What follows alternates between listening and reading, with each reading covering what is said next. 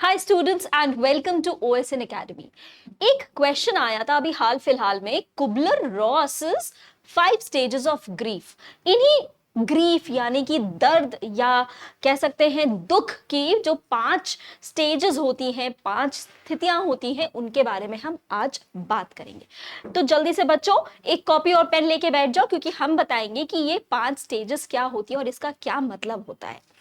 ये जो कुबलर और रॉस, ये दो लोग थे जिन्होंने चेंज मैनेजमेंट मॉडल बताया था और उसी में उन्होंने 5 स्टेजेस ऑफ ग्रीफ यानी कि दुख दर्द के बारे में बात की थी।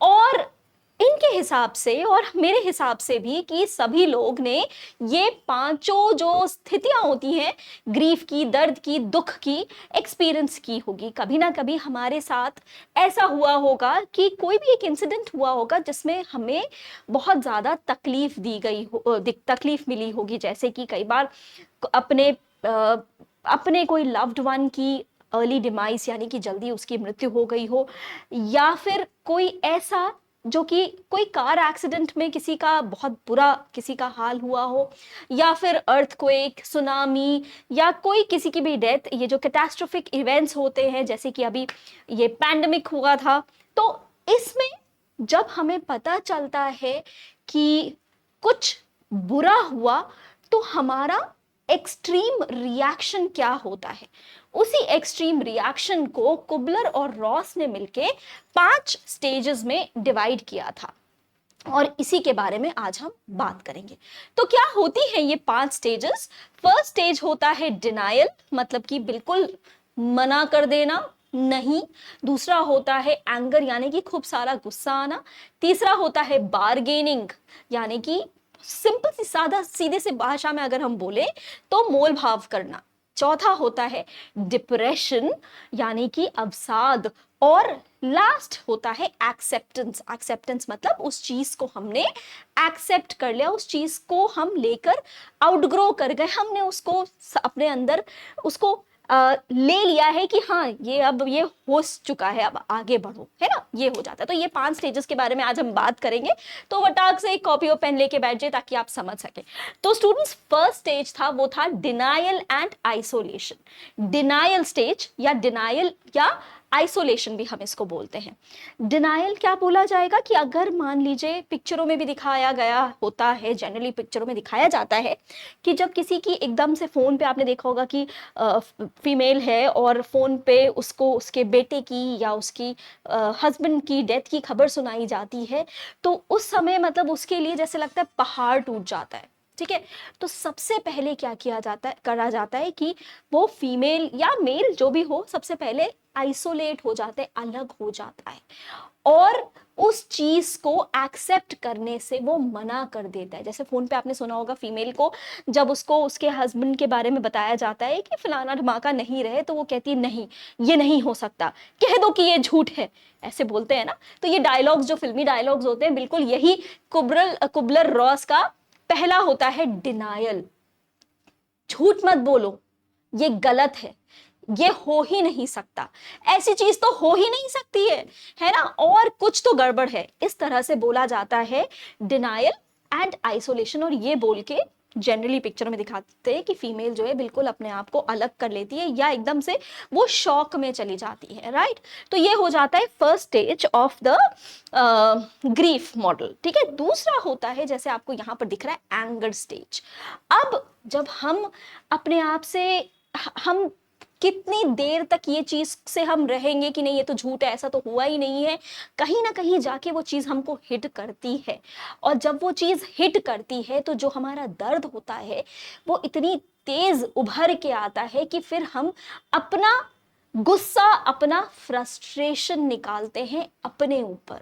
तो अक्सर अक्सर आपने मूवीज में देखा होगा कि थोड़ी देर बाद जो है जब उसको समझ में आता है तो वो जोर जोर से रोती है, वो अपने हाथ दीवारों पे मार के चूड़ियां तोड़ती है, फलाना धमाका, ये सारी चीजें करती है। तो ये क्या है, हम जब हमें एक्सेप्टेंस हो रहा है उस दुख का, उस दर्द का, उस शॉकिंग न्यूज का, तो हम क्या कर रहे हैं, अपना फ्रस्ट्रेशन, अपना एंगर बाहर निकाल रहे हैं। और हम क्या बोलते हैं कि ये मेरे ही साथ क्यों होना था, ये ऐसा क्यों हुआ, और हम चिल्लाते हैं, हम गुस्साते हैं, अपने ऊपर गुस्साते हैं, कभी भगवान के ऊपर गुस्साते हैं, कभी जो जिससे भी कुछ हुआ है उसके ऊपर गुस्साते हैं। तो ये होता है एंगर, ये दूसरी स्टेज होती है। तीसरी स्टेज हो जाती है बारगेनिंग की। बारगेनिंग का मतलब क्या हुआ कि अब समझ लीजिए ये जो गुस्से वाला जो स्थिति है वो खत्म हो गया, और एंगर खत्म होने के बाद हम उससे भी उभर कर बाहर आते हैं, और अब उस सिचुएशन को थोड़ा कम खराब लगे वो सिचुएशन को, अब हम बारगेन करने की कोशिश करते हैं, यानी कि एक तरह से भगवान के आगे हाथ जोड़ के, और हम कहते हैं कि भगवान ऐसा क्या कर दिया आपने, है ना। पिक्चरों में भी दिखाते हैं और एक्चुअली में भी होता है, और हम ये कहते हैं कि भगवान एक बार फलाना ढिमाका को जिंदा कर दो भगवान, मैं आप जो बोलेंगे मैं करूंगा, या भगवान जी थोड़ा सा पीछे ले चलो, फिर से रिवाइंड कर सको मेरी लाइफ को, और हम वापस से अब ये गलती नहीं दोहराएंगे, है ना। और भगवान मुझे जिंदा कर दो, या कई बार हम ये भी कहते हैं भाई मर जाएंगे तो हम कई बार ये सोचते हैं ना कि हाय राम, मरना है तो मरने से पहले जो है एक बार बच्चों की शादी होते हुए देख ले, उसके बाद मार देना। तो ये क्या है, एक तरह से भगवान के साथ बार्गेनिंग है ना। तो ये जो है बार्गेनिंग का सिलसिला शुरू होता है कि भगवान अगर मैंने इसको स्मोक करने से मना किया होता तो शायद ये इसकी इतनी जल्दी इतनी तबीयत खराब ना होती। दिस इज बार्गेनिंग, और this is kind of praying to God, ठीक है। तो ये हो जाती है third stage which is the bargaining stage. उसके बाद जब ये बार्गेनिंग का स्टेज खत्म हो जाता है तो चौथा स्टेज आता है जिसको कहते हैं डिप्रेशन या अवसाद। इसमें जो है हम एक्चुअली रियलाइज कर लेते हैं कि हमारे साथ क्या घटित हुआ है, और ये समझ लेते हैं कि हम भगवान के आगे जितना भी हाथ जोड़े, भगवान प्लीज मेरे फलाने ढमाकों को वापस लेकर आ जाओ, भगवान प्लीज मैं तुम जो बोलोगे मैं तुम्हारे साथ करने को तैयार हूं, मैं नंगे पैर जाऊंगी यहाँ वहां। ये सब जब खत्म हो जाता है और समझ में आ जाता है कि ये बार्गेनिंग तो यूजलेस है, हमारे लव्ड वन जो है वो हम चले जा चुके हैं, तो फिर से वो दर्द वो फिर से उभर कर आता है। और इस बार वो दर्द इतना ज्यादा फर्म होता है, इतना ज्यादा तेज होता है कि हम उस दर्द से भाग नहीं पाते हैं, ना हम उसको डिनाई कर पाते हैं, ना हम उसको अपने फ्रस्ट्रेशन से निकाल पाते हैं, और ना हम बार्गेन कर पाते कि भगवान एक बार इसको लौटा दो, आप जो बोलेंगे करेंगे, है ना। ये बार्गेन भी नहीं कर पाते, और तब हम किस में चले जाते हैं, डिप्रेशन में।